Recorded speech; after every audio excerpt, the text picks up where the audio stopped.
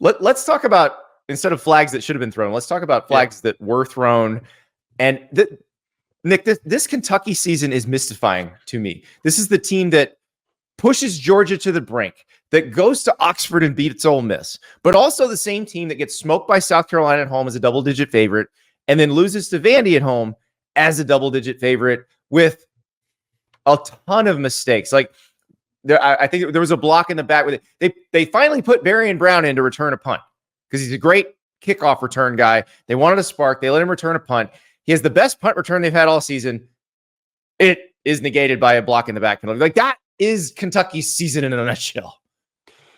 They were the least penalized team in the SEC and then committed 12 penalties for 106 yards. And that doesn't, I mean, that was a 30-yard swing. That doesn't factor in where the field position would have been if they didn't commit that penalty late on the punt return.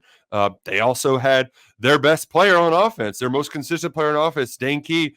He gets it to 3rd and 2, makes a great catch, and then smacks a Vandy guy on the back of the helmet. 15-yard penalty, knocks him out of field goal range. That's 3 points off the board at least. And you go back to their kicker hasn't missed a kick all year. It's been a strength of their team.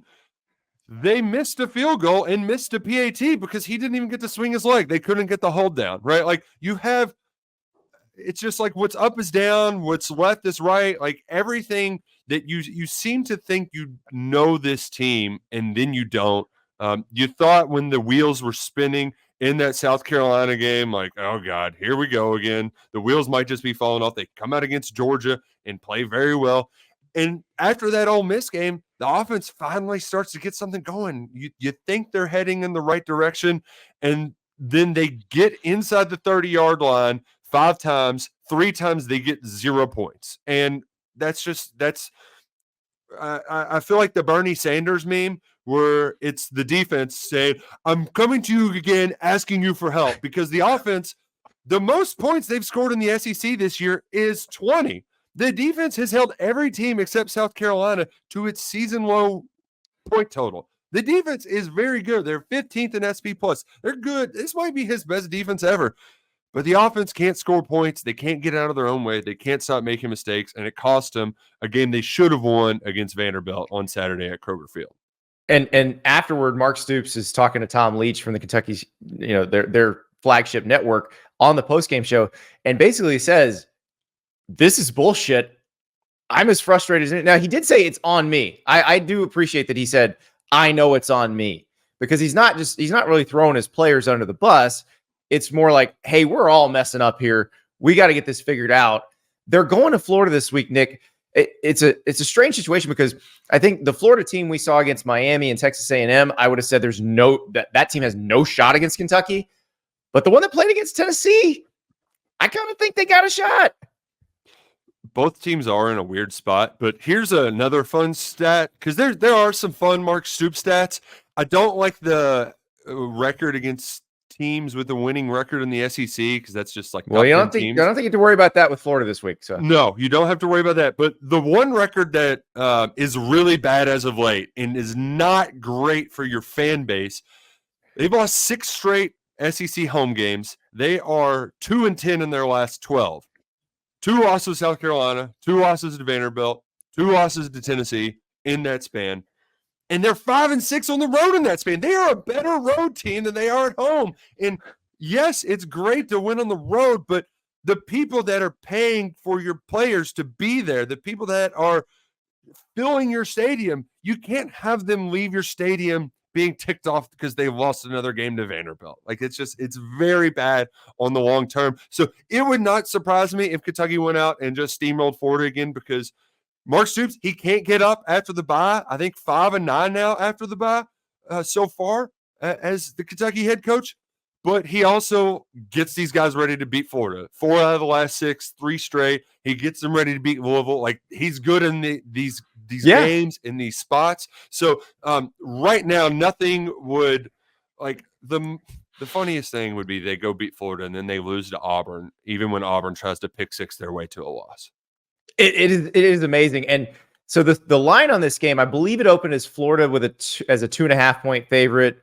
It's been bet down 1.5 right now. I actually seen it as low as 1 in some places today. So people are on Kentucky in this game. And I tend to agree with you about the way Stoops plays Florida and particularly plays Billy Napier. Because I think Billy Napier aspires to play a brand of football like Mark Stoops. Mark Stoops has been doing it longer and better. And I think that's probably where they come. Because like I go back to 2 years ago, Anthony Richardson's coming off this great game against Utah. They beat the eventual Pac-12 champs in the season opener. And they put Anthony Richardson in a blender in that game. So now you get DJ Lagway, who's making his second start. He's a true freshman. Flashes of like, this guy's going to be good. You can tell. But he's also a freshman playing against a defense that likes to mess with freshmen's heads. Yeah, they're pretty good at it because this front is really good. And as much as Deion Walker, he's the NFL guy that, like, you look at that guy, that's an NFL football player, right? But they have a lot of depth across the board in that front seven. And I know Jamon Dumas-Johnson, another player that stole a lot of headlines, the former All-American from Georgia who transferred this offseason. But De'Aaron Jackson's leading the team in tackles. He's got 5 career interceptions now. He picked off Diego Pavia the first time Pavia's turned it over once this year. He's a really good ball player. Now, there are some injuries in the secondary. Maxwell Harrison's their NFL guy who he's going to be sidelined for some time. But this defense is really good. And you're playing, I actually think that Mertz would have been a better matchup for Florida against the Kentucky defense because Dinkin and Duncan down the field, that's kind of what they give you. He would have taken that a lot away. That would have been frustrating. And Lagway, he can make some throws. There's no doubt about it. And he's probably going to make 1 or 2. But I think there's going to be a lot of negative plays. They're top 5 nationally in havoc rate. I think they'll get after him and force some mistakes. And that's what's going to make it at least entertaining. If nothing else with Kentucky, you're getting something. It might not be pretty to look at all the time because they don't really score points, but you never know what you're going to get. It's a roll the dice. SEC Network Saturday night special. Cole Kublik and Tom Hart and Jordan Rogers, they're going to be getting sick of the Cats because they are just pigeonholed in that spot. Like, just good enough to be like, I think I'll check it out, but not good enough to be that ABC game. Nick, can I just ask you, because like Andy and I have had like a million discussions about Mark Stoops having the best job in America. And then all of a sudden this year, it seems to be like rocky and contentious at times for the first time in maybe his entire tenure. What is, because you have a better pulse on the Kentucky fan base probably than anybody on earth, right? So what is the Kentucky fans' thought of Mark Stoops right now? And do you think he has the best job in America? It's really funny because, Ari, was that a month ago, the South Carolina game? And you had a lot of frustrations from the Texas A&M gig last year, the flirtation there. And then he told fans to pony up on his radio show. You want good players? After we lost to Georgia, they got good players. You can pony up and buy them now. They were very mad about those two things. And rightfully so or not, that's up for debate, but they were very upset about that. That stuff was really bubbling under the surface. And then when they lost to Shane Beamer again, it was just, I'm done with him. I'm completely done with him. This guy's an idiot. He doesn't even want to coach here anymore. Well, just look at him. He doesn't want to be here. He wants to be at A&M. And then they beat Ole Miss, and he's just like flexing on everybody. And it really put people in a pretzel. And I think they still are kind of in this pretzel where they like Mark Stoops and they're grateful for what he's done. But I think the waters got chummed with John Calipari's departure last year, where things were getting stale and you're seeing a lot of the same mistakes over. You have some big moments, right? Like Kentucky goes and beats Tennessee in basketball, or they beat North Carolina, and like you. So you had these moments. You have the Ole Miss win. That's right. Roback, makers of the most comfortable clothing on the planet. I am wearing my Roback Performance hoodie right now. I am telling you right now, the Roback Performance hoodie is the most comfortable garment in the history of the world. I have, I think, 7 of them now. I think 3 of them have been stolen by my daughter because that's what happens. These things are so amazing that people will steal them. So if you buy one, you probably should just buy 2 because your significant other or one of your children is going to steal one. So just accept that because it's that good. But Roback makes the best hoodies, polos, Q-zips, the joggers, the new butter soft material on the joggers. Oh, awesome. Use the code Andy for 20% off your first order. Roback, RHOBACK.com. Load up on the hoodies. It is hoodie weather right now, where most of us are in the country, even where I am in Florida. Hoodie weather in the morning. So I know it's hoodie weather where you are too. RHOBACK.com. Use the code Andy for 20% off your first order. But then you have these other times where you're just like, oh, what? Why are we talking about a guy who can't tie his shoes? We got players who can't tie their shoes. Like, what the hell's going on here? Let's explain that, because Jamari Wilcox is what appears to be a very exciting player. Mm-hmm. And in 3 touches against Vandy, he averaged 11.7 yards a touch. Let's show the video, Producer River, of Mark Stoops explaining why he's not getting more touches. Well, I mean, like, here's a simple thing. Tie your shoes. Like, you know, right? Tie your shoes. Doesn't tie his shoes. So he runs it, but his shoe falls off, so he's got to come out. That would help. What in the world is that?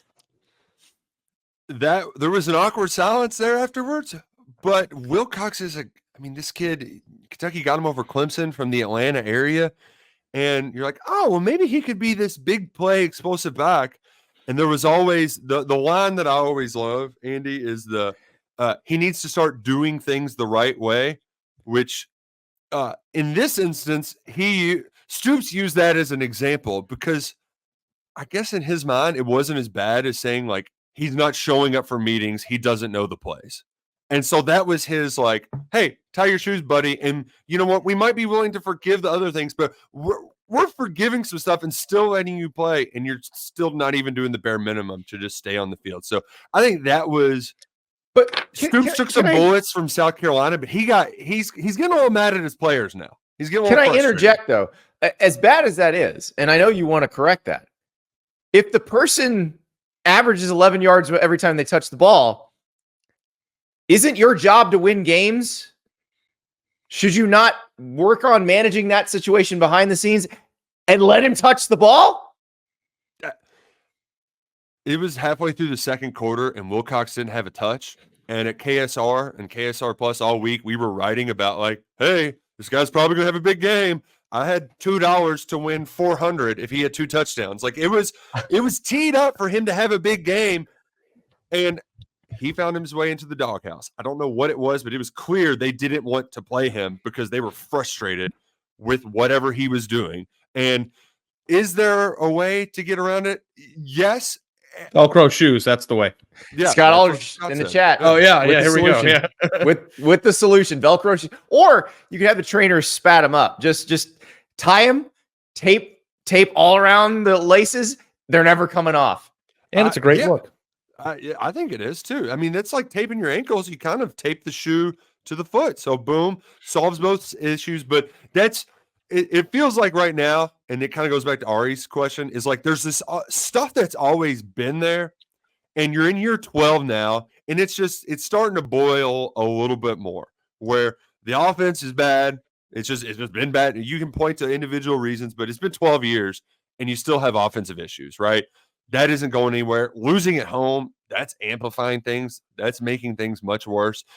All of this stuff, it's like winning cures a lot of ill wills, and the way the schedule's set up, this might be his first losing or 500 season. And personally, as somebody who remembers watching How Mummy football, where it was 800 yards but giving up 80 points and losing football games, like I'm willing to forgive Stoops and let him have enough rope to overcome one of these lackluster backstep years. I don't know how much patience a lot of other people have. And the other thing is you're worried about the next person up. Getting rid of Cal, Kentucky will find a good basketball coach. It's Kentucky basketball. People are worried you're getting a little tired of Stoops. Who's up next? They like John Summerall at Tulane. It's John Summerall. Yeah, I mean, John Summerall was getting hired if Stoops went to A&M. So, well, and now people are afraid that if Lane leaves and takes Billy Napier's job, John Summerall also worked at Ole Miss. Does Ole Miss take John Summerall before Kentucky can get their guy? So there's just a lot of juggling in the air. Or would Florida hire John Summerall? No, wait, they're not hiring no more. Out on A group of 5 coach from Louisiana? A school in Louisiana? No. Never mind. Nick, what Kentucky team do you think shows up? I know Chip Trainum might play this week, the Ohio State transfer. He's been out all season with a broken hand. But what Kentucky team do you think, and I realize this is a loaded question, do you think will show up in Gainesville on Saturday? Ahead of the season, Ole Miss was circled because they had there was a lot of, all right, Ole Miss ain't played anybody yet. Kentucky can make them one-dimensional. This can work. Something about the Florida game always worried me, and it's mostly just my anxiety as a person who's watched Kentucky football for 30 years, and that's okay. Like, we can't, surely they're not going to let us keep getting away with this, right? Like, eventually that stupid orange logo has got to take over and just beat us, because that's what they do, right? That's what we became conditioned to doing. It's been 4 out of 6 years. Our luck's got to run out at some point. So like that, but it's Billy Napier, and like they're having to mic up their defense in practice to enforce them to talk. You know what? It might work. Maybe taping the shoes to Jamari Wilcox, that's what they need. So let's tape Wilcox's shoes on. He'll go out. He'll run for enough yards. What I don't know. So the total 42.5, that's 22 too many points. This is like an Iowa under situation. That's got to be your new pick segment, Andy. Iowa. Oh, Stoops isn't going to Iowa. He's just making Kentucky Iowa. And there you go. There's your new, they're 4-1 or 5-1 now against the under this year. There you go. First of all, that's a great t-shirt that y'all need to sell at KSR, Make Kentucky Iowa. This is perfect. And I think you're right on the unders. We should do Kentucky unders because we're an Iowa over podcast now. We've decided that we're officially an Iowa over podcast. So we do need to find another under team. Kentucky under would be good. And look, if you watched the Florida game last week, Florida's figured out how to play defense apparently. So I think the under might hit here. I think that's a great call.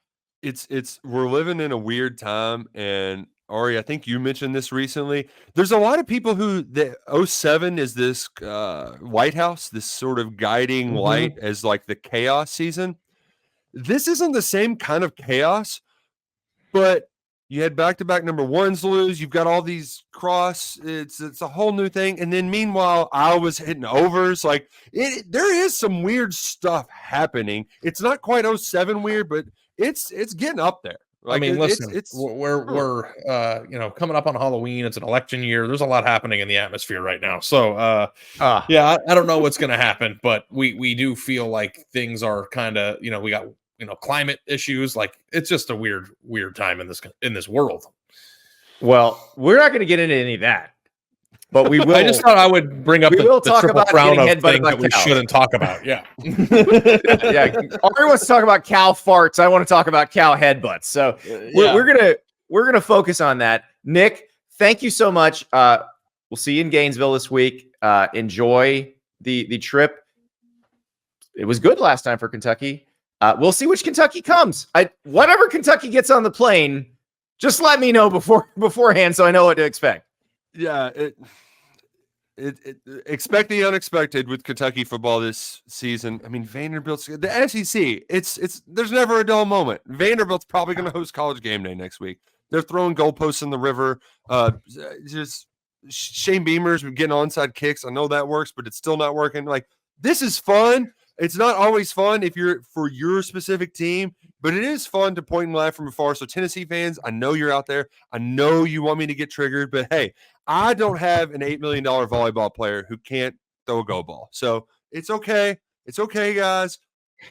Hypo system's fine. You're going to be fine. Maybe you'll find a quarterback who can hit some open receivers. It couldn't against Florida. You'll probably figure it out against Kentucky, but it's okay as long as you're not winning national titles.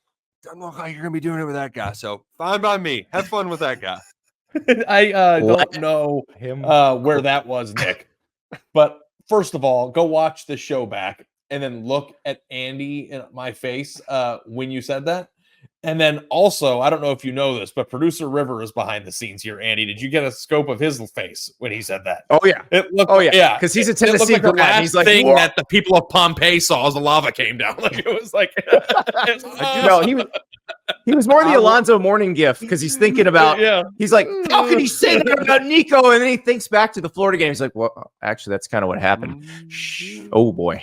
Do you get Tennessee tidal waves in your mentions, Nick? I am the worst guy has an opinion that might be right. Makes a good opinion, right? The onion gift, that's me. I'm even bald like that guy too. So Tennessee fans, I warned you about the volleyball player. Just remember this: when bad things happen, who told you about it first?